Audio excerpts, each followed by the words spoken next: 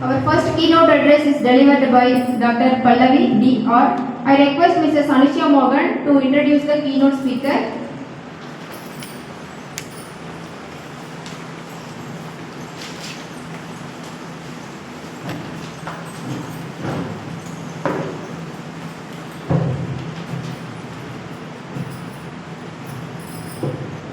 Thank you, Sonia Sriram.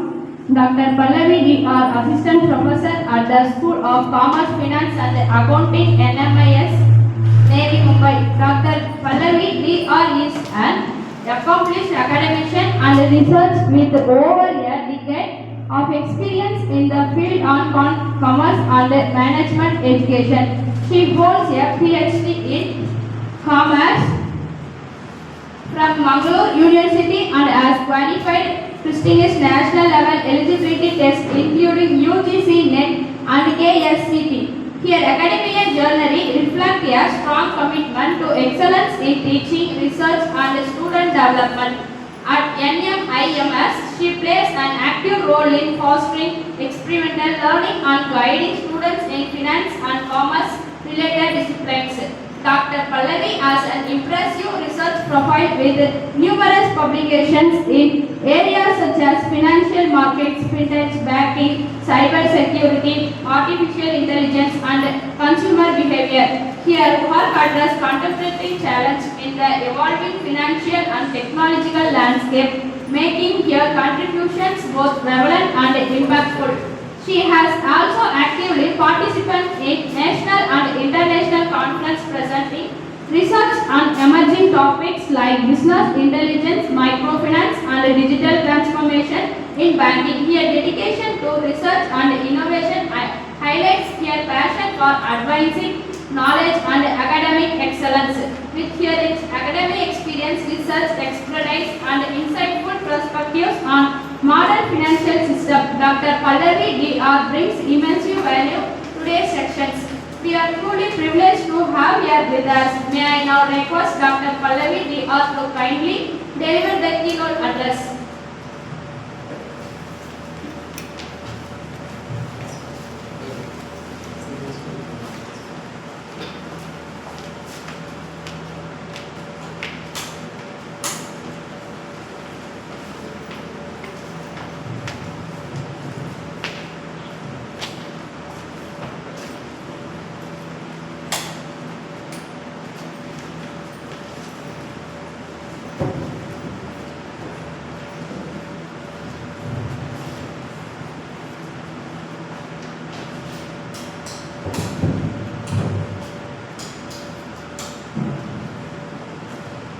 Good morning, distinguished guests, organizers and fellow participants.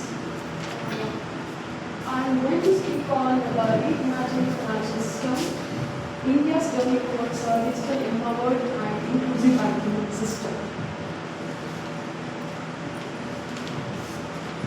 When it comes to banking, when we go back to the emergence of banking, initial people's civilizations, the main objective was to survive, not to keep the resource. They were not thinking the future survival, but rather their main objective was to fulfill the basic needs. We call them as nomadic, intention people or civilization. Over a period of time, they started, settling in few places, and thereby they used to keep the resources in the form of, livestock. Later, barter system came into existence. They realized that nobody is self-sufficient, so they used to exchange product for product. But there arises the problem of, double coincidence, wherein one person, when he used to have the resource, and the other person, because he has the resource which is needed by the person, then there was successful of a barter system. Otherwise, it used to fail. Then came the emergence of mode of exchange. Initially, there were no such point of currencies. Rather, they used to use the precious stones kind of bonds, attractive bonds. So as a mode of exchange. So later in Lithic age, metal coinage came into existence. So thereby we had seen in our history the introduction of coins like gold coins, silver coins, and copper coins, etc. Over a period of time, due to various development have been taken place, currently we use paper currency, and the developed version of that is digital currency. Can I go to this? So, bank is a financial institution which provides the banking services. It allows the customers to open the different types of accounts. The types of accounts being saving account, current account, salary account, NRI account, recurring deposit, fixed deposit, etc. People play a very important role when it comes to having resource and the circular flow of income starts with people itself. So when it comes to banks over a period of time it has been emerged. Initially, temples used to play a very important role. Babylonians, they used to store their resources in temples, and after that, when we see the current banking system, we have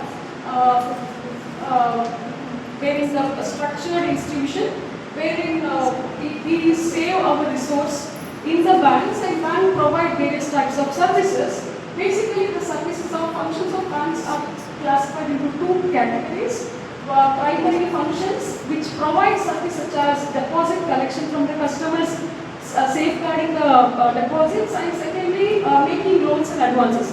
Meaning to say, providing financial services to the customers, wherein it will charge interest.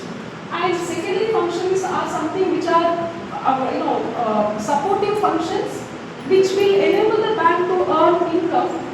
Agency service, supposing that you are supposed to pay a rent, you can give the standing exception to the bank and the bank will proceed for making the payments. And then, finally, general utility services, you have the credit card facilities, debit card facilities, various card facilities you have. So thereby you get the proper structured service from the banks. So when it comes to the emergence of bank, we can classify the emergence of banks in three phases. Phase one was the early phase of bank. Bank of Hindustan was the first bank to establish, and apparently it got failed. Later on, we know the emergence of presidency banks, which was started by British in order to carry out the transactions in India, and after that we enter into phase two. Post independence, the nationalization of banks taken place, meaning to say the central government taken the control of banks, and thereby in the first stage of nationalization, 12 banks got nationalized, and in the second phase of nationalization, 6 banks got nationalized, and thereby at the end of phase 2, we had 20 banks, 20 nationalized banks. And phase 3, the emergence of liberalization, privatization and globalization, it witnessed the entry of various types of banks, meaning to say we find private banks in India, we have foreign banks in India, we have banks which is established for a specific reasons, meaning to say Exim Bank, Export-Import Bank, CP. CP, it is for the development of industries. So, regional rural banks. So, these are the banks which is established to cater the specific requirements. So, when it comes to nationalization banks in the year 1969, the nationalization process started, and thereby it witnessed the nationalization of 16 banks. You can see the different banks which got nationalized in the year 1969.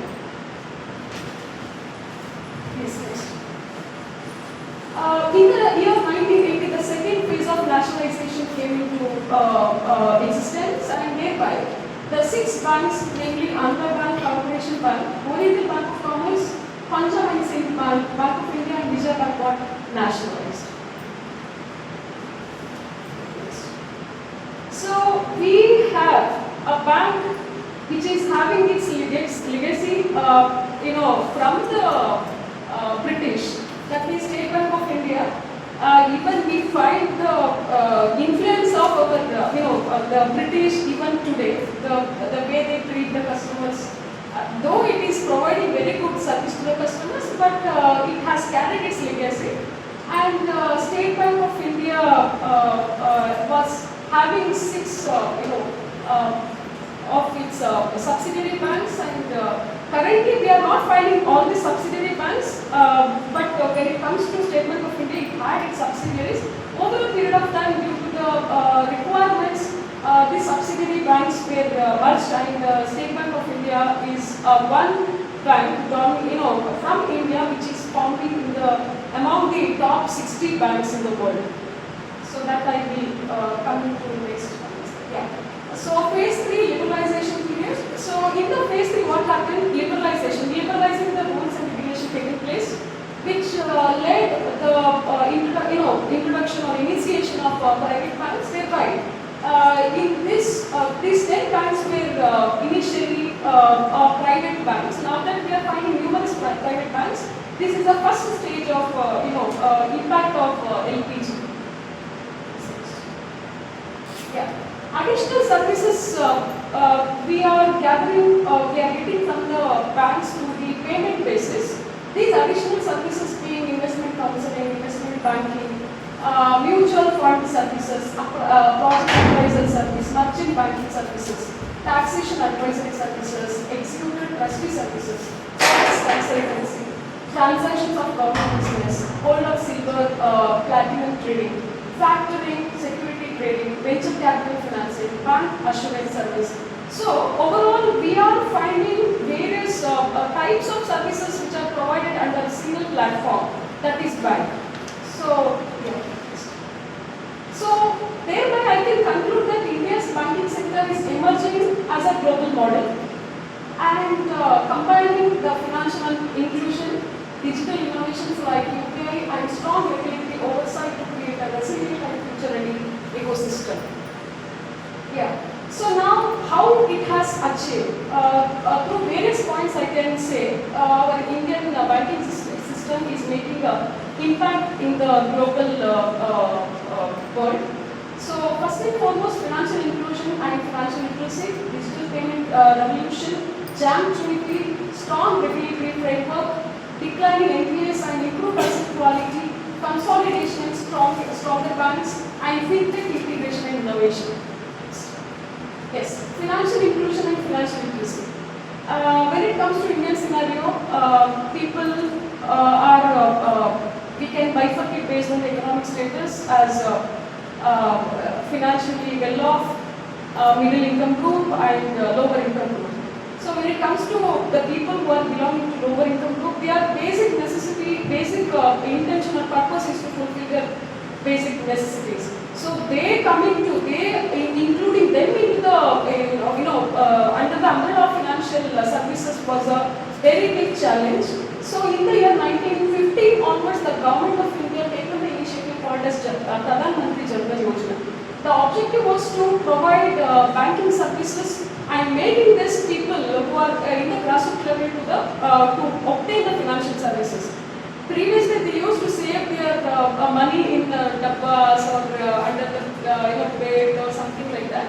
So what happened is that from 2015 onwards, till today, there were around 50 crores of new bank accounts have been provided, and the basic facility from this bank account being providing a no-frill facility. No-frill means the customers are not expected to maintain a minimum balance in the account. Basic insurance service has been provided. Okay, then after that they were motivated to deposit their money and to make them make transaction with the bank. And this was one of the successful model. Even it has created awareness across the globe. So we have public sector banks around 44.80 crores of accounts. RRB's success rate is being that they were able to open new bank accounts 10.90 crores and private sector banks 2.03 crores of accounts. Then rural cooperative banks 0.19 crores of bank accounts, and total comprising 57 crores of bank accounts have been opened through Pradhan Mantri Jan Dhan Yojana. Financial inclusion requires financial literacy.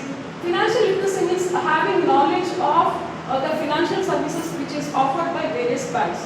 And these grassroots people, the education level is also very poor. So thereby there was a requirement of creating the awareness program. Thereby the RBI itself is taking the initiative of creating financial literacy. When we visit the bank, we get to see various pamphlets which is pasted on the bank.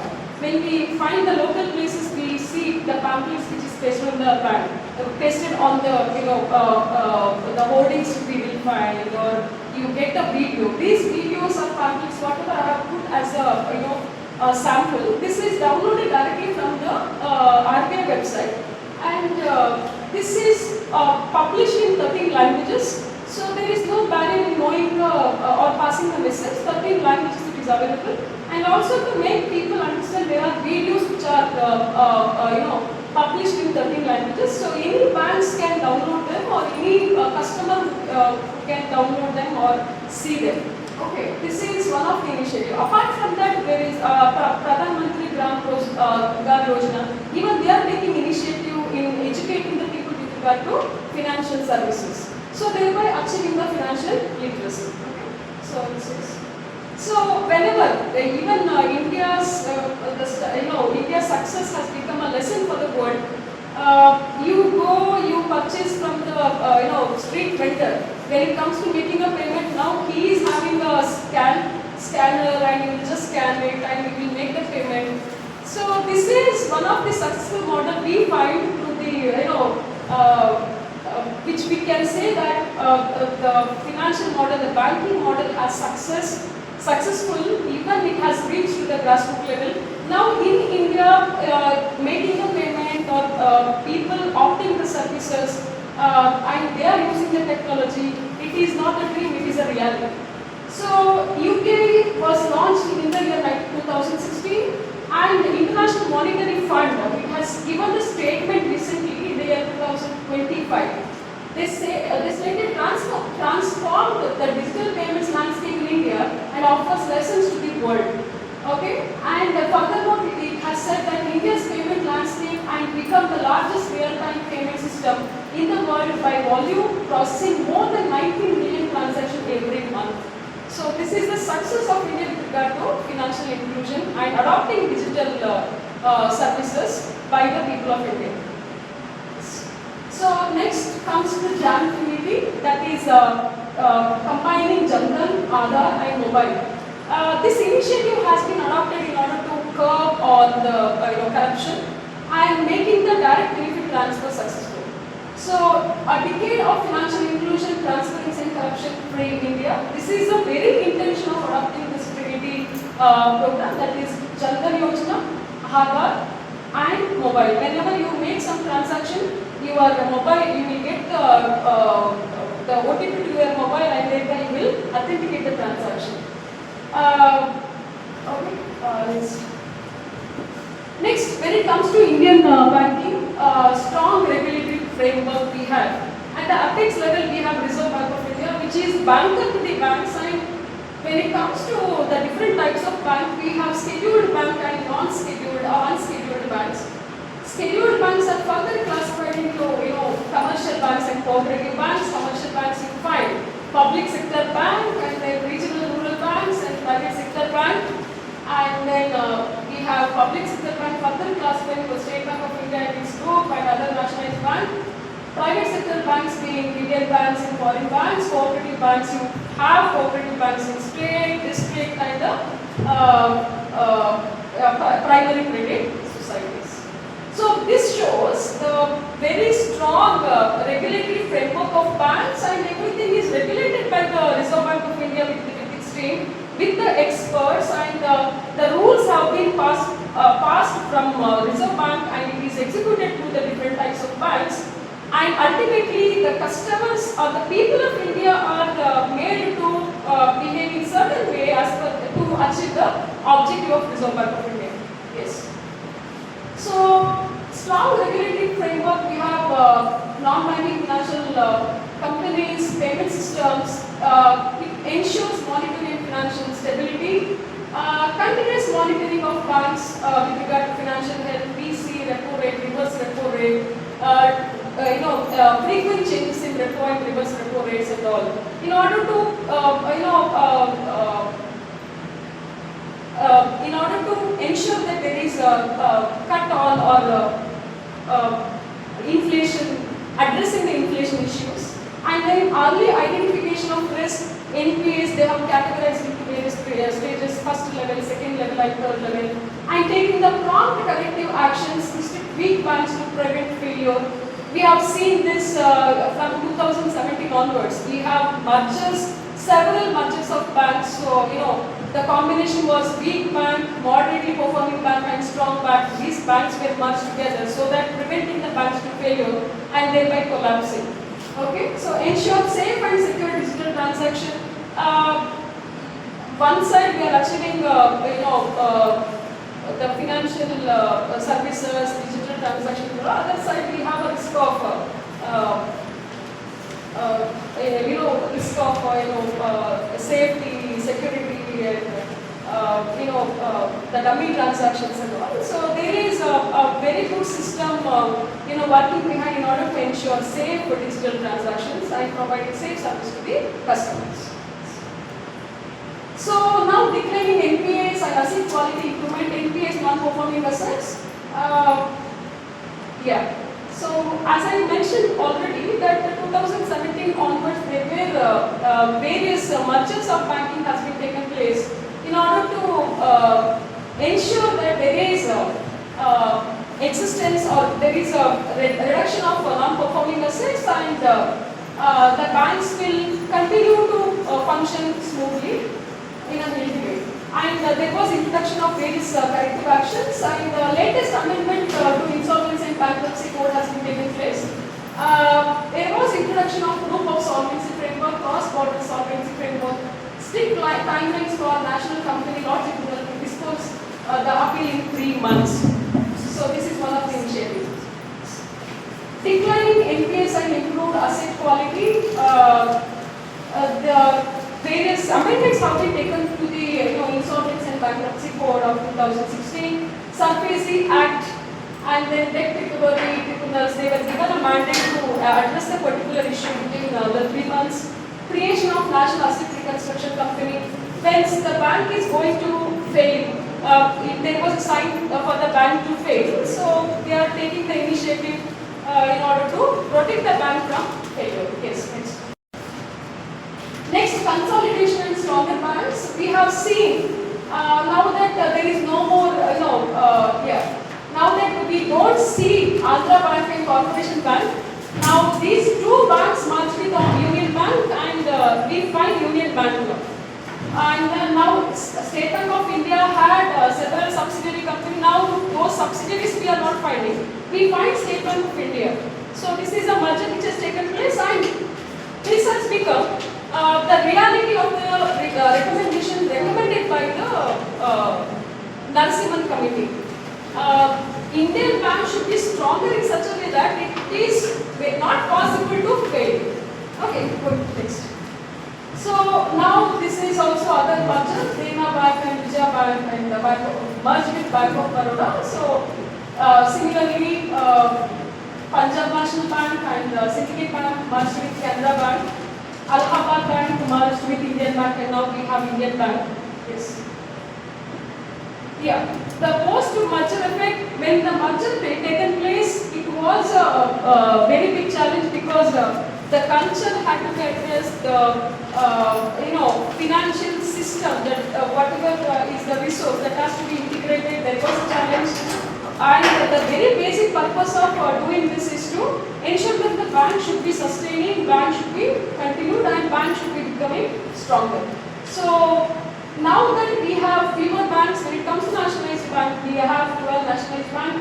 They are larger in size with regard to capital base and